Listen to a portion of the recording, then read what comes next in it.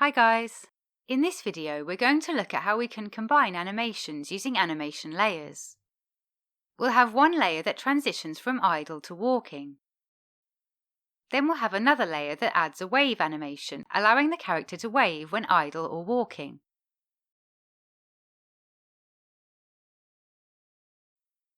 Okay, so we've already created a URP project and added a plane to represent the ground. Next, we'll head over to Mixamo.com to download a character and some animations. We'll go to the Characters tab.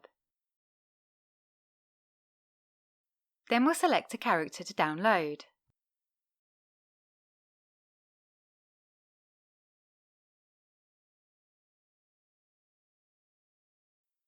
We'll select FBX for Unity as the format and download it into the Assets folder of the project.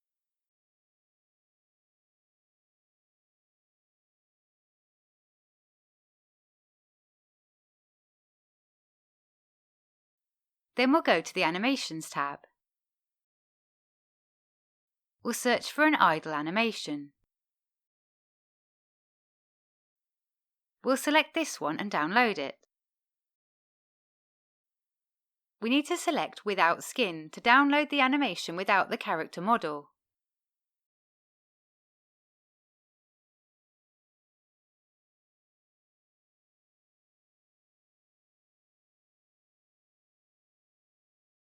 Then we'll search for a walking animation.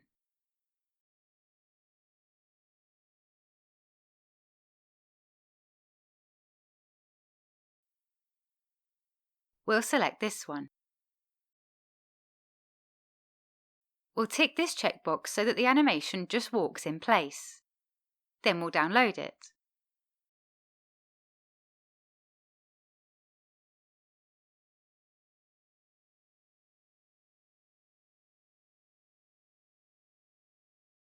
Finally, we'll search for a waving animation.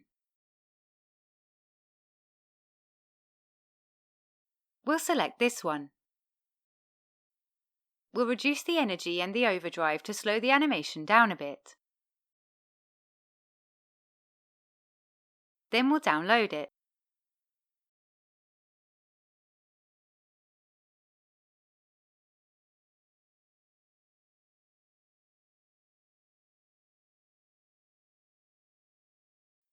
Now we'll go back to Unity. We'll select the character in the project panel. Then we'll go to the Rig tab in the inspector. We'll set the type to humanoid as it's a human character. We'll have it create an avatar for this character. Then we'll click Apply. This will create an avatar that's bound to the bones of the character that we can use for the animations. At the moment, the textures for the character are embedded in the model.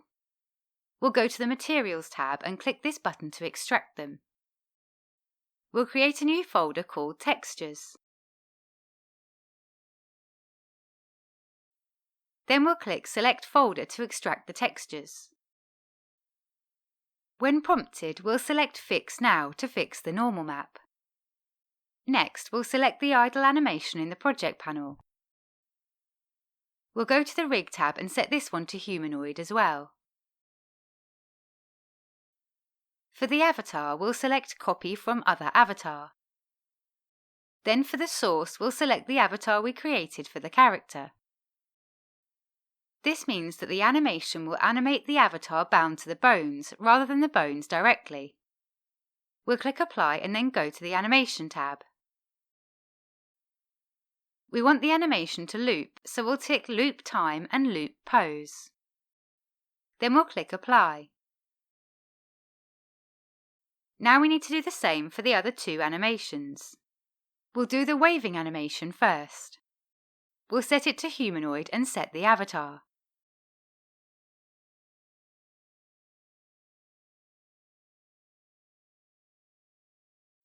We'll also set it to loop.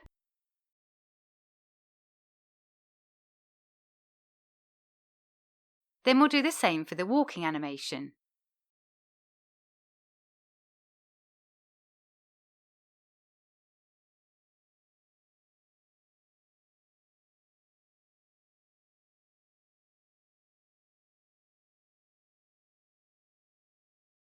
Now we can drag the character into the scene.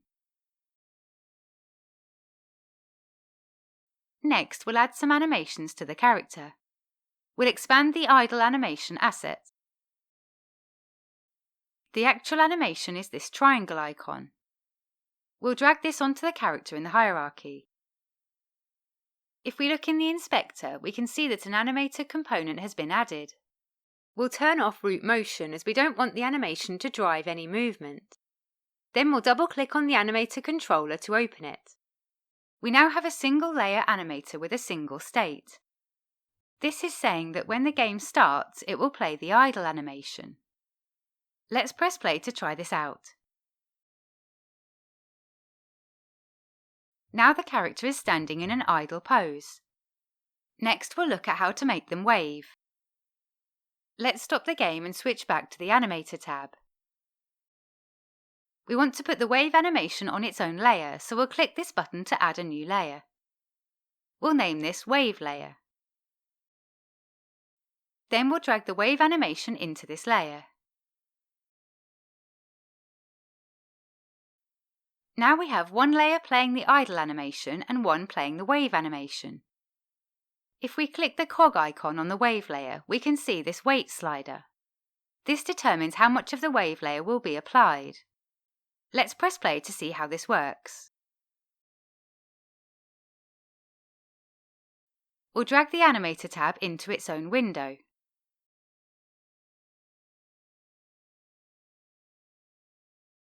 Now we can change the weight value and see the character transitioning to the wave animation. At the moment, the wave animation completely overrides the idle animation though. We want to keep the idle pose but have the wave animation just affect the arm that's waving. We can do this with an avatar mask. Let's stop the game to do this. We'll go to the project panel and click the plus button. Then we'll select Animation Avatar Mask. We'll name this Wave Mask. Then in the inspector, we'll expand the humanoid section. We can now select which parts of the body we want to be affected. We'll deselect everything except for the waving arm and hand. We also need to deselect these IK options. OK, now we've defined the mask, we need to add it to the animation layer. We'll click on the cog icon. Then we'll assign the mask. Let's press play to try this out.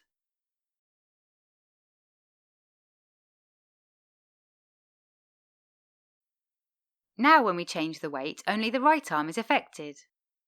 Next, we'll add the walking animation to the character and show how to control all the transitions from a script. Let's stop the game to do this. We'll dock the animator back in the main window. We want to be able to transition between the animations based on player input. To do this, we'll select the character in the hierarchy. Then we'll click the Add Component button. We'll search for player input.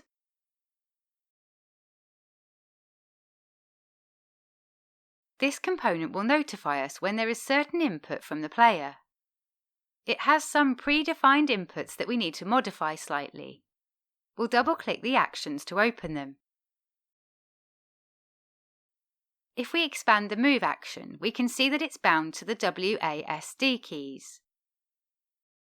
We'll make use of this action to transition between idle and walking. If we expand the Attack action, we can see it's bound to the Enter key.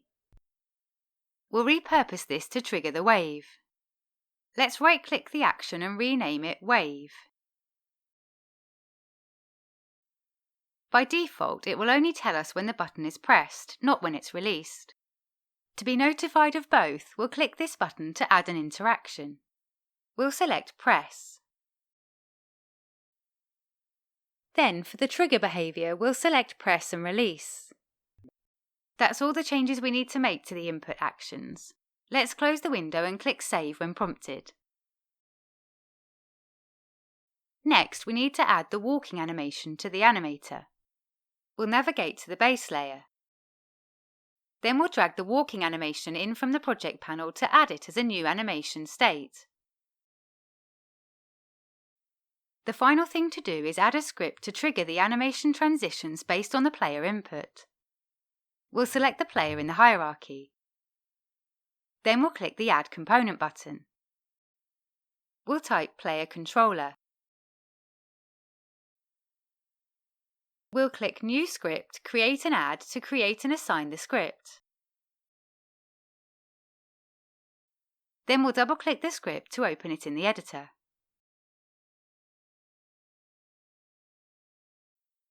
We'll start by adding the fields that we'll need. We'll add a private field to hold a reference to the Animator component. Then we'll add 2 Boolean fields. One to keep track of whether the character is moving, and another to keep track of whether the character is waving. Then we'll add the awake method. In here, we'll get the Animator component and assign it to the field.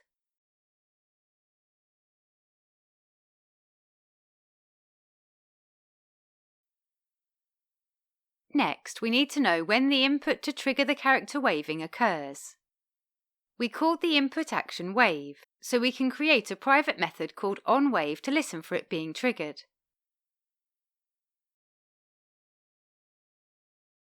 To receive the value of the input, we need to add a parameter of type inputValue.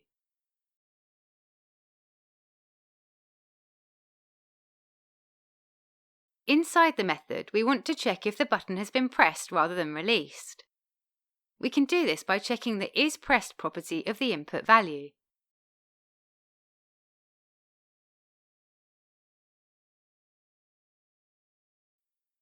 If it has been pressed, we'll set the waving flag to true. Otherwise, we'll set it to false.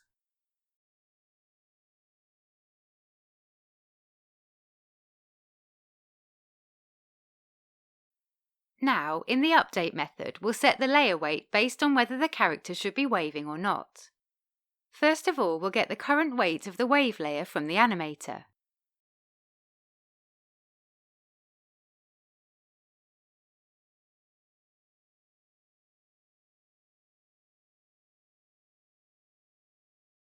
We need to pass in the index of the wave layer.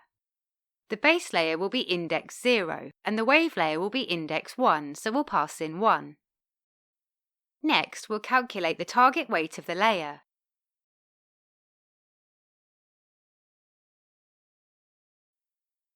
If we're waving, we want to be fully waving, so we'll set the target to 1.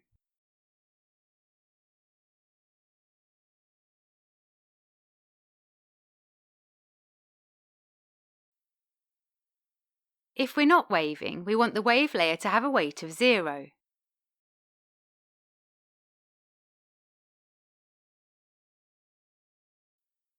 We don't want to just snap between waving and not waving though, we want a smooth transition.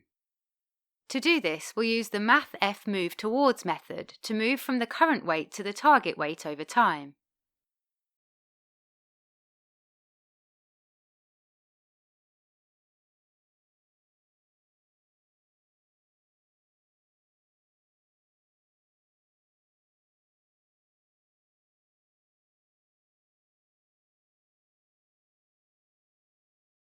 We'll set the maximum delta to 5 times time.delta time.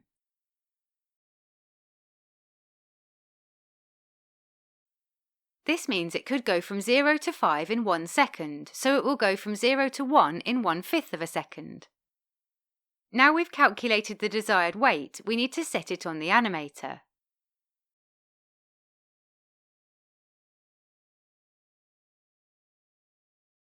We'll specify 1 for the index of the wave layer and pass in the weight. That's all the code we need for the waving. Next, we'll add in the code to switch between the idle and walking animations. We'll add a method called onMove to listen for move input.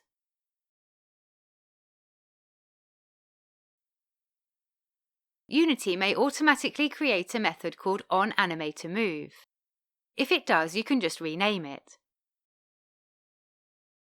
we'll need to add the input value parameter again. Inside the method, we'll get the vector2 value from the input.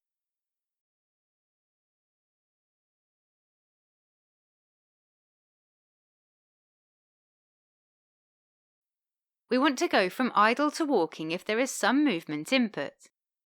To do this, we'll check if we're not already moving.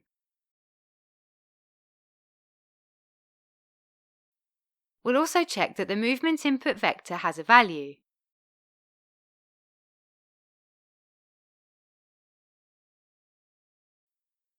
If this is the case, we'll set the isMoving value to true.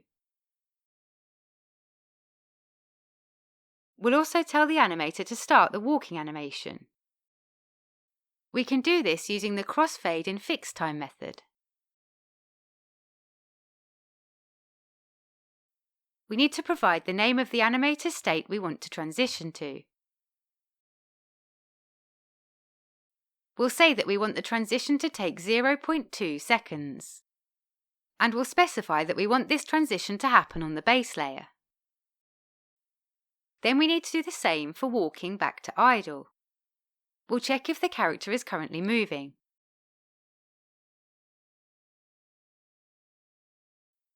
We'll also check that the movement input vector is 0.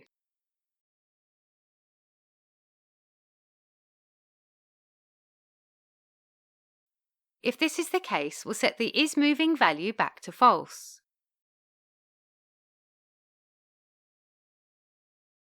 Then we'll transition the animator back to the idle state.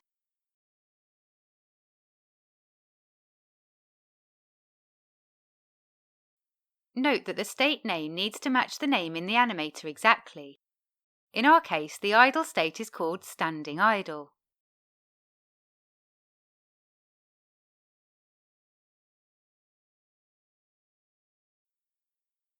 So our script now sets the weight of the wave layer and switches between idle and walking based on player input. Let's save this and switch back to Unity to try it out.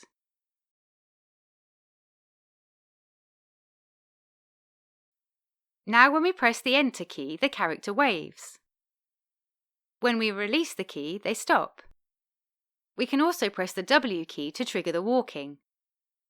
Using layers, we can now use the same wave animation to wave when idle or walking.